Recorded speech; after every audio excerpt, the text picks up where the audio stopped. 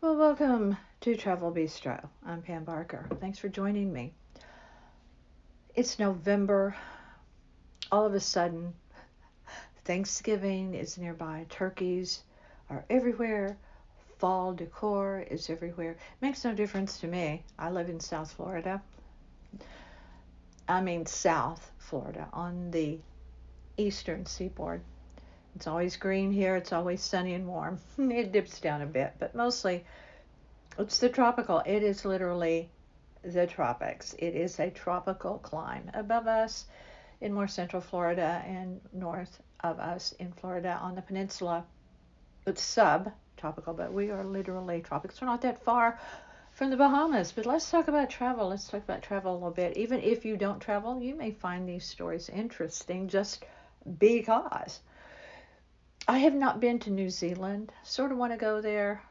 It's a long way. Going to Tahiti from South Florida is a long way, and so you want to make sure you really plan it well, and you want to do the most when you travel that far.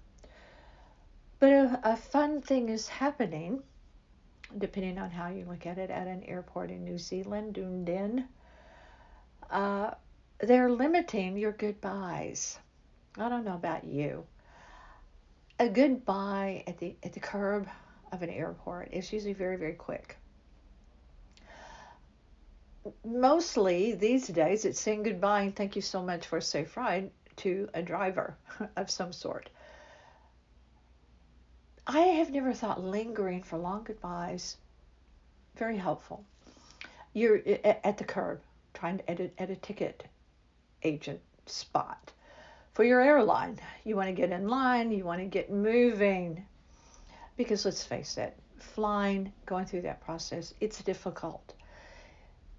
It takes all of your energy to stay calm because it's chaotic. And people are jostling around, trying to get ahead of you. You have luggage. So lingering with your person of whatever for 3 minutes is long enough. And that's what that airport in New Zealand thinks too. 3 minutes, that's the limit. They actually have put a limit, signs and all. Three limit hugs. If you want, now they're nice about it. If you want a lengthy, long, drawn out hug, take it to the parking lot, which is what you should do anyway, right? But they literally are enforcing. Well, I don't know about enforcing, and they're a bit ambiguous about how rigorous they will be about enforcing the 3 minutes. Who wants to do that? Who wants to take on that job? It's like being the the the meter maid or whatever you want to call that person these days. I would be the kind of meter maid that would say, your meter just went off.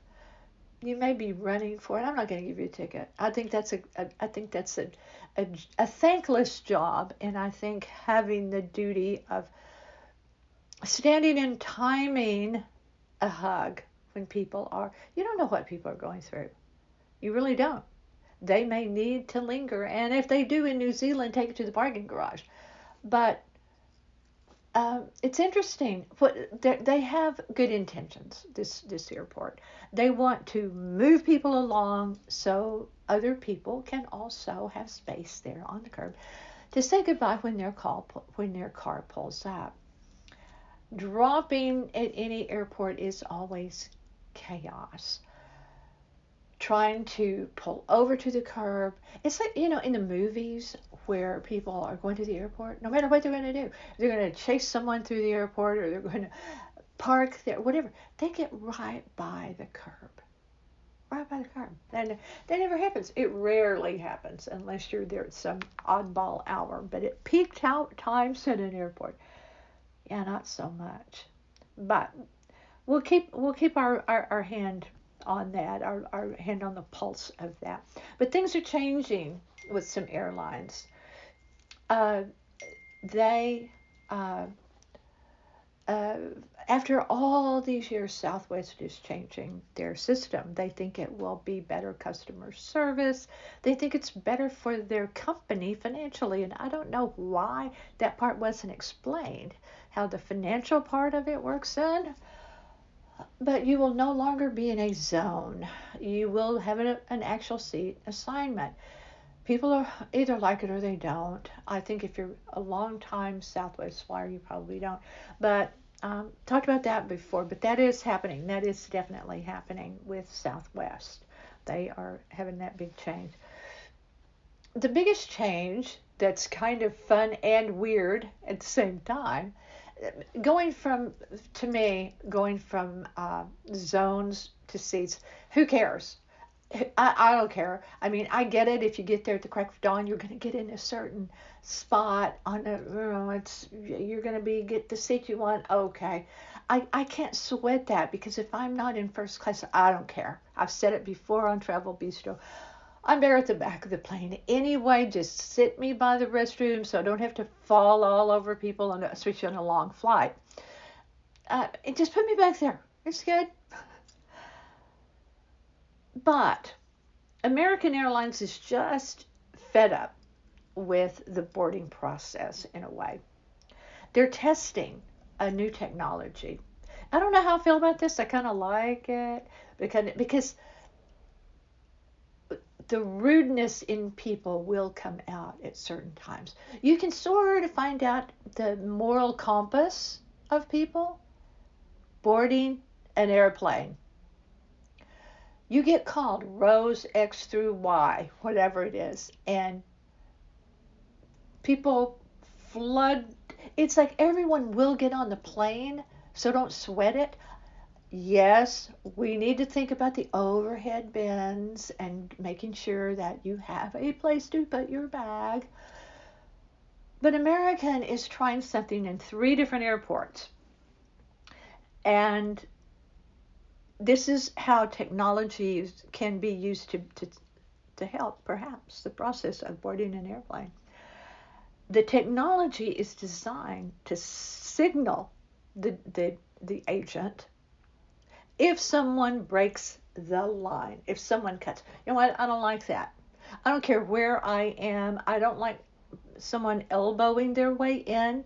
As a matter of fact, I will step back and let someone ahead of me. Like if you're at a store and you have a ton of staff and somebody behind you has one, I let them go. I have done that so many times. I have led as many as 3 people go ahead of me during the holiday season when I've had a whole lot of stuff to check out. Go ahead, go ahead, go ahead. It's going to come back. Karma's going to get you one way or another. So if you're breaking the line at an airport, trying to beat someone to your seat, your crappy seat, the seats aren't even that comfortable. It's better to get on last. That way you're not seated there quite so long. But these airports where this technology for American Airlines is being tested, it's in Tucson, Arizona, it's in Albuquerque, New Mexico, and Ronald Reagan National Airport in Crystal City, Virginia. And there's an audible sound if the passenger tries to scan a ticket ahead of their assigned seat, or their assigned group rather, and the agent will ask them to please go back to their group.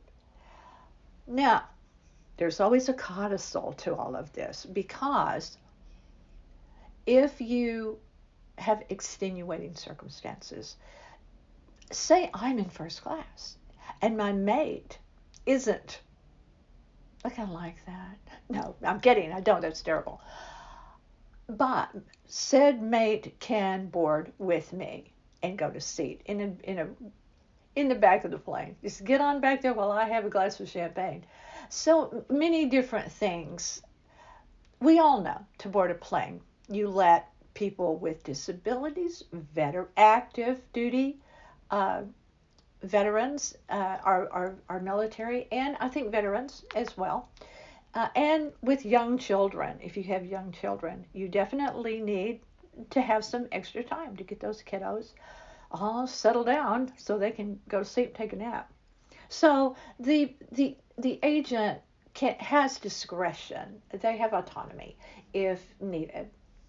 But it can be embarrassing if you're trying to, zip ahead. And let me tell you, traveling a lot like we do in our life, it happens a lot. People not only will they cut in front of you and not stay in an orderly line, they will come in from the side.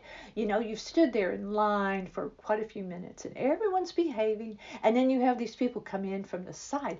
It's like in a car when you're driving and everyone's obeying and everyone is letting like one car in if the right lane, say, is shut down and you let somebody in. But then there's always one that's going to crash the line. They're not gonna wait their turn. They're gonna crash the line, not literally, but they're not going to wait and take their turn. Same thing in a line, almost without fail, it happens. So I guess it depends on what kind of day the particular agent is having. If they let that buzzer just ring out to the whole group, and because it's audible for everyone to hear. Or if they tamp it down a bit and say, hey, it's okay, come on, everything's cool, everything's fine. I think it will be really interesting to see how this plays out. It is in a trial phase right now. And according to the airline, they're pretty pleased. But they didn't say why. It's like, why are they pleased? Is it working because people are being better? They know. They're now aware of getting the buzzer. There used to be a show, I really never watched it, but it had a gong, and it was like the Gong Show or something, and people would perform, and if they were really bad, other people could hit the gong, and that was the end of it. So is that why they don't want to be embarrassed? Well, they should have been that way without a buzzer. Is that where we are now? You have to be fear of embarrassment as adults in order to behave yourself. I mean, if you're 5, you get it. Yeah, you're 5. But when you are a full-grown adult and it takes a buzzer to make you wait your proper turn, everybody's going to get on the plane. Listen, I know there's a lot of traffic during the holidays, people flying, going home so they can have fights around the table with their families. There's a lot of drama sometimes around the holidays. So traveling, there's a lot to be said for that. A lot. Joyous times, yes. But in the stores, they're already with the Christmas music. Of course, the Christmas decorations have been up for ages. But we've moved right from Halloween to Christmas. 2 different stores today not only had decorations, it's the music. It's like, it's the first part. It's the 7th of November. It's way too early for the music because that's going to go. I feel for the people that work there, but I feel for my ears. It's like, stop with the Christmas music the first part of November. That is just too much. Please do visit me at Gigi and the 561. That's my general topic podcast. I'll talk about anything and everything. And if you do travel in the upcoming season, safe travels and have fun. You know what? That's really what it's about right now, more than ever. Having fun and letting the stress go. Don't let the stress. I just recently posted something on social media about tradition. It said, let tradition go if it causes you stress, more money, a whole plethora of things. And I have. It's like, I don't believe in traditions anymore. That's a heavy burden to keep up with your, got to do this because it was always done in the family. No, you don't. No, you don't. Do your thing. Make it different every year. Make it fun and make it stress-free and something you can embrace and really enjoy. And the same thing should go for travel. You deal with the stress that you have to get from here to there. But once you do, live it. Live every moment. And don't let it stress you out. Don't let the little things stress you out. I hope you will visit my mate at northpalmbeachlife.com where these podcast rest, as well as magazines he writes for. Aqua Magazine, AQUA, Aqua Magazine, Splash Magazine worldwide, all things cruise, and he's always at northpalmbeachlife.com. These podcasts rest on 20 platforms, so you can find me anywhere. Let me know your travel thoughts if you have things you want me to talk about travel, issues you have. You want to come on and be a guest? But I thank you for listening, even if you don't like to travel. Be sure to come back. I'm Pam Barker. This is Travel Bistro.